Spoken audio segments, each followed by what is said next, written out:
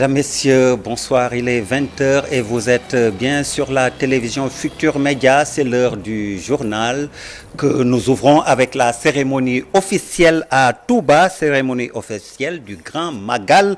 Le porte-parole du Khalife général des Mourides a transmis le message de Serigne Mountakha Mbacké qui a exhorté les fidèles à s'inspirer des enseignements de Cheikh Ahmadou Bamba. Enseignement fondé sur le travail, l'adoration de Dieu et l'éducation. À la tête de la délégation gouvernementale, Jean-Baptiste Tine, le ministre de l'Intérieur, s'est félicité du bon déroulement du Grand Magal de Touba, qui est un rendez-vous capital pour le Sénégal. Pour le ministre de l'Intérieur, les enseignements de Serigne Touba doivent être un viatique pour tous les Sénégalais. Nous restons toujours avec le Magal et le bilan des accidents de la circulation, des accidents qui ont occasionné plusieurs victimes, dont 22 corps sans vie et plusieurs blessés. Beaucoup de ces accidents impliquant des motos, selon la Brigade nationale des sapeurs-pompiers. Écoutons à ce propos le commandant Yatma Dieye, chef de la division information et relations publiques des sapeurs-pompiers, au micro de Mame Biram Diouf à Touba. De la Brigade nationale des sapeurs-pompiers détachée dans la ville sainte de Touba et ses abords. Pour les besoins de la couverture sécuritaire et médicale du Grand Magal de Touba édition 2025, a enregistré jusqu'à ce jour, jeudi 14 août 2025 à 18h00, 507 interventions de toute nature, occasionnant 747 victimes, dont 26 corps sans vie. Sur les 507 interventions, les 270 sont relatives à des accidents de la circulation routière, occasionnant 660 victimes, dont 22 corps sans vie. L'accident marquant a été enregistré ce jour à 12h27 sur la route de Darou Moussi. Il s'agissait d'un renversement d'un véhicule de transport en commun communément appelé Ndiagandiaï, occasionnant 24 blessés. Cette situation appelle davantage à plus de respect aux normes du code de la route. Commandant Yatma Dieye, chef de division information et relations publiques de la Brigade nationale des sapeurs-pompiers. Avec le Grand Magal de Touba célébré cette fois-ci à Medinatoul Salam chez Sokhna Aïda Saliou Diallo, plusieurs disciples ont rallié Mbour pour célébrer le retour en exil de Cheikh Ahmadou Bamba Khadimou Rassoul. Écoutons Serigne Saliou Samb, il est disciple de Sokhna Aïda au micro de Ndeye Mati Dieng et Mamadou Gueye à Mbour. Aujourd'hui, nous célébrons le retour en exil de notre vénéré guide spirituel, le fondateur du mouridisme Cheikh Ahmadou Bamba Khadimou Rassoul. Il avait demandé à ses disciples et aux musulmans qui partagent son amour envers le prophète Mohammed sallallahu alayhi wa sallam de célébrer ce jour. C'est-à-dire de cuisiner en qualité de très bons plats pour les servir tous sans distinction, musulmans ou non-musulmans, mourides et non-mourides. C'est ce qui fait Sokhna Aïda Saliou Thioune ici à Medinatoul Salam sous l'ordre de notre guide spirituel, Cheikh Béthio Thioune, le serviteur de Serigne Saliou Mbacké. Nous, les disciples de Sokhna Aïda, ne faisons que l'accompagner dans cette mission. Nous avons vu que des centaines et des centaines de troupeaux sont abattus au plaisir des invités. Des cuisines installées dans toutes les régions. Nous avons récité le Saint-Coran et chanté les chassidas de Cheikh Ahmadou Bamba. Le chant ou le magal, c'est ça. Il n'y a pas de distinction entre musulmans et chrétiens. Après le Magal de Touba, parlons d'un autre événement religieux célébré demain vendredi, cette fois-ci par l'Église. Il s'agit de l'Assomption, en vue de célébrer donc l'Ascension dans un bon cadre. Demain vendredi, les jeunes chrétiens et musulmans de Sédhiou, à travers le Conseil communal de la jeunesse, ces jeunes ont organisé une journée d'investissement humain à la paroisse Saint-Jean l'Évangéliste de Sédhiou, l'Assomption, qui commémore le terme de la vie terrestre de la Vierge Marie. Bakary Konté pour le reportage, les images sont signées Khali Diamé.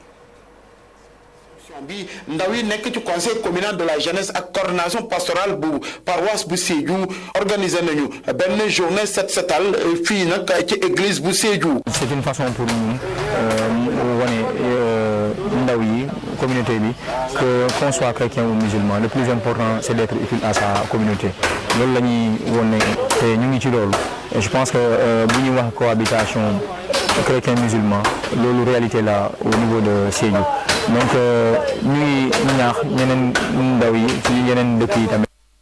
En prélude de l'Assomption, les jeunes du Conseil communal de la jeunesse et la coordination pastorale des jeunes de la paroisse Saint-Jean l'Évangéliste ont organisé une journée d'investissement humain au sein de l'église de Sédhiou. C'est une façon pour nous de communier ensemble avec cette communauté, pour leur montrer que nous sommes tous de Sédhiou.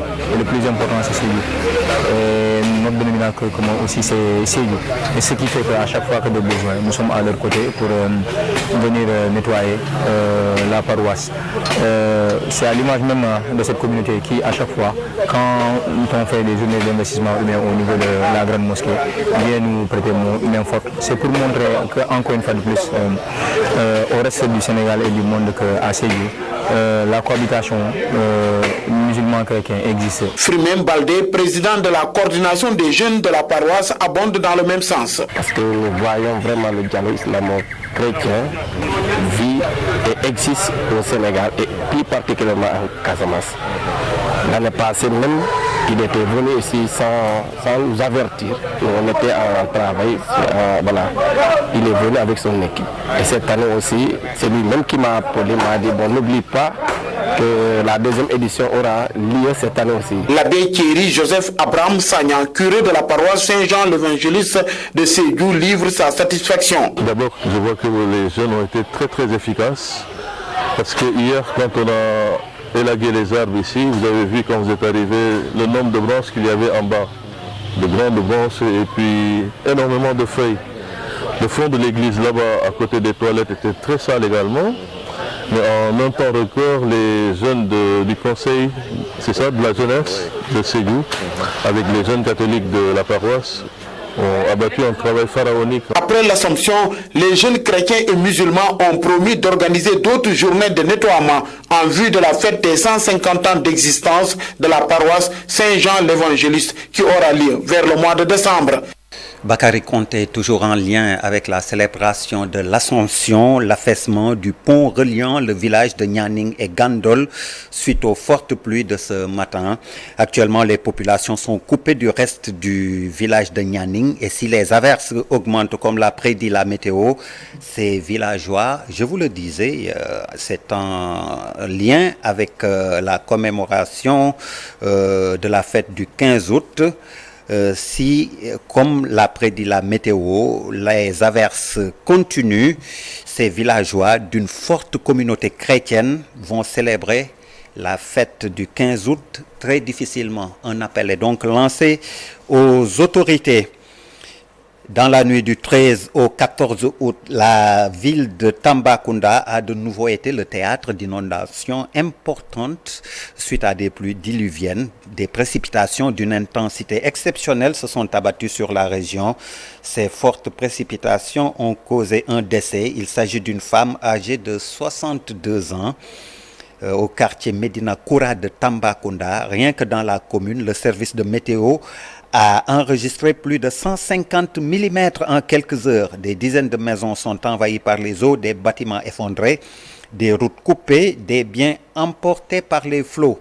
C'est dans ce contexte que la brigade des ressources en eau de Tambacounda Kédougou annonce une hausse généralisée du niveau de l'eau sur le fleuve Gambie. Toutes les stations hydrométriques de Kédougou à Gouloumbou indiquent des augmentations du niveau des eaux. Si cette tendance se maintient, cette progression simultanée pourrait avoir un impact sur les riverains.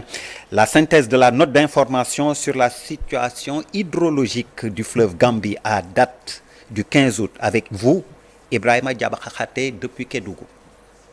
La brigade des ressources en eau des régions de Tambacounda à Kédougou annonce une hausse généralisée du niveau de l'eau sur toutes les stations de mesure de Kédougou à Gouloumbou.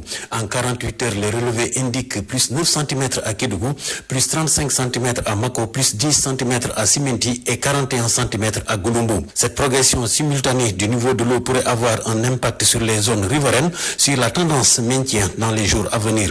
Même si les cotes d'alerte de ces différentes stations hydrométriques ne sont pas encore atteintes, il Il reste toutefois que la vigilance doit être de mise pour les habitants des zones basses, des berges et des plaines inondables en évitant les traversées risquées et en protégeant leurs biens. Cette hausse simultanée des niveaux de l'eau du fleuve Gambie est un signe d'une dynamique hydrologique à suivre de très près en ce mois d'août.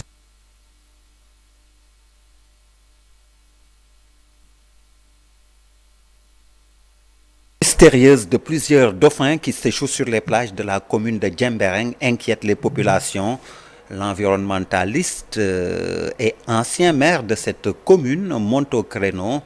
Il s'agit de Tombong Gueye qui demande à l'État de dépêcher des techniciens pour des prélèvements suivis d'analyse afin d'en déterminer les causes et stopper la série de morts de ces dauphins. Des propos recueillis à Djembereng par Boubacar Diassi et Lamine Mandian. Je suis responsable de tout ce qui dépend de la mort. La tension est très vive entre les populations de Saré Bakari et un privé qui habite dans le village voisin de Boudouk. Et selon les populations, cet homme riche veut s'accaparer de leur terre une superficie qui s'étend sur 29 hectares. Nous avons eu un problème que c'est qu'on doit régler urgence. Ce n'est pas l'élément qu'on voulait vous faire regarder, qu'on voulait vous faire suivre. Je vous disais qu'il y a une mort mystérieuse de plusieurs dauphins qui s'échouent sur les plages de la commune de Djembereng et l'environnementaliste, non moins ancien maire de la commune, alerte les autorités. Ces propos sont recueillis par Boubacar Diassi et Lamine Mandian. Il s'agit de Tombong Gueye. C'est des dauphins qui sont quand même très importants dans l'équilibre et le fonctionnement d'un écosystème estuarien, comme c'est le cas ici en Casamance, à Djembereng. Il reste clair qu'il faut quand même des investigations poussées. Il faut donc faire des prélèvements pour aller traiter ça dans des laboratoires suffisamment crédibles pour pouvoir déterminer les raisons. Et moi j'interpelle donc les autorités, surtout en charge des questions écologiques et environnementales, pour que cette question-là puisse les interpeller au premier chef. Parce que nous sommes quand même dans un écosystème suffisamment riche, bien fourni, dans lequel les dauphins, ou je vais même élargir, les espèces puissent donc être préservées. C'est tout à fait important de déterminer véritablement les raisons pour lesquelles il y a cette perte très très importante. Parce que le dauphin il joue quand même beaucoup de rôle dans l'équilibre des écosystèmes. Dernière information de ce journal, l'Afrobasket 2025 qui se dispute actuellement en Angola et le Sénégal battu par l'Égypte. Défaite des Lions 91-77 cet après-midi dans le groupe D.